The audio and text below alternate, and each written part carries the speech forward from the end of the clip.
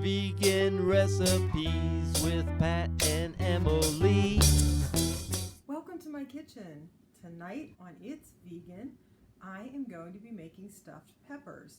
Now, I used to love stuffed peppers when I ate meat, and I never have found a vegan version that I liked until I came upon the one that I'm going to show you tonight.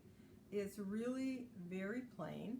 We're just using peppers, and you could use jalapeno, any size peppers, and I am using plain white rice. I used a short grain rice so that it would be a little bit stickier.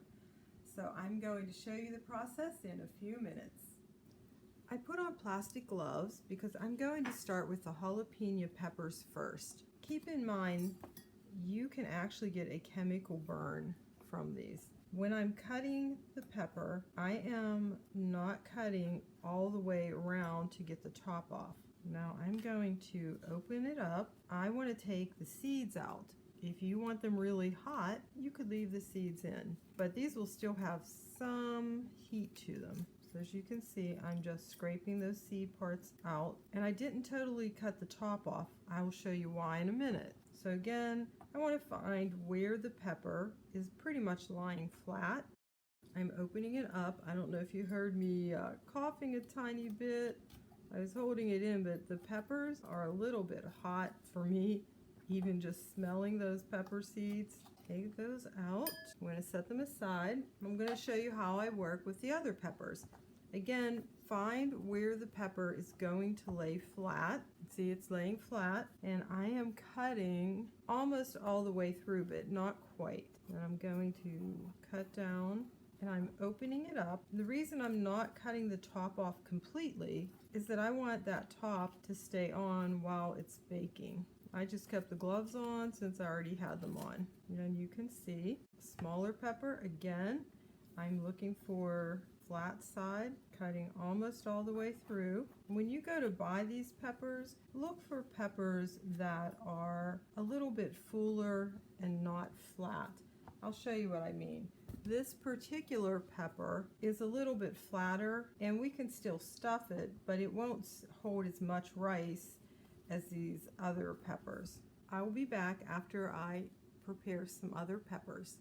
It's time to stuff the peppers. If you use salt, you can salt the inside. If you don't, this would be optional. And then I'm also adding a little bit of pepper inside. I'm using 1/4 cup measuring cup to help fill the larger peppers. These larger ones will take anywhere from 1/2 cup to a full cup of rice. As a little tip, because this rice is sticky, I find if I dip my measuring cup into some water, the rice will come out a little bit easier. There's 1 pile of rice, and I'm going to work it down to the bottom of the pepper. So right now, believe it or not, that's 1/2 cup of rice in this pepper. This one's a large one. It's going to take a cup of rice. I'm closing that up a little bit. I'll go to this next one. I'm going to push the rice back down to the bottom. You can see how I'm doing that, how I'm working it. Kind of pack the rice in it a little bit. I'll show you one of these smaller ones. It actually takes about 2 tablespoons. I'm wetting it again. I am going to scoop that rice right into there, pressing it into the bottom. I'll do one of the jalapenos.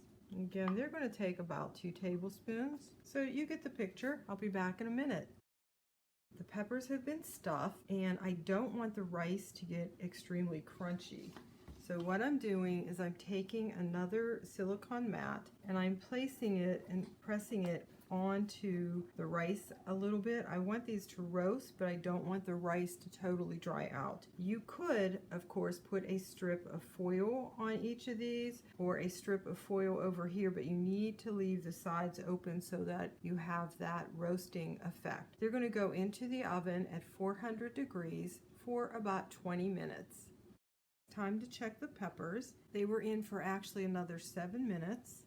And if you look, the skin is starting to wrinkle up a little bit, and that's how I know it's just where I want it. The rice has stayed moist. This time I'm going to move these into the sauce, and I was using that ragu. It was a thicker sauce than I was planning on, so I added a little bit of water, and then I sprinkled it with some Italian seasoning. So very carefully lift these up, transfer them to your casserole dish. I'm only going to cook 1 or 2 of these small ones in sauce. These other ones I am leaving plain, and I will show you when I do the taste test that I like them just like this as an appetizer. Now that I have my peppers in the casserole dish, I'm going to cover them again. You could use foil. I am using a silicone mat, and I'm pushing it down on the rice. It's going back into the oven that was set at 400 for about 10 to 15 minutes until the sauce gets bubbly. These are the smaller peppers that I did not cook in sauce. I've put them on a plate and sprinkled them with some parsley. These can be served hot or cold. It's time for the taste test. These are little peppers that I did not put sauce in because I like them just plain as well. The pepper flavor has come through to the rice, and I think they make just a great appetizer. Of course, I'm not going to test the jalapeno ones because I really don't care for hot food. They've been in the oven baking for a good 20 minutes, and as you can see, they're nice and bubbly and hot. I will plate them and be back. I have plated the pepper, and I like it with mashed potatoes, so I've used some mashed potatoes and sprinkled some parsley on top as a nice garnish. Now, even though these peppers are well cooked, and you still almost need a knife to get them up on your fork and cut them neatly.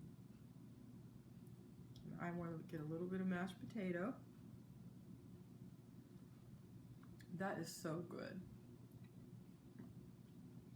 The sauce has permeated the pepper, the rice, the creamy potatoes. This is just a perfect dinner. I hope you like it. Keep watching to hear the rest of our new song. It's vegan recipes as far as the eye can see, 'cause there ain't no meat, there ain't no egg, there ain't no cheese, not even if you beg.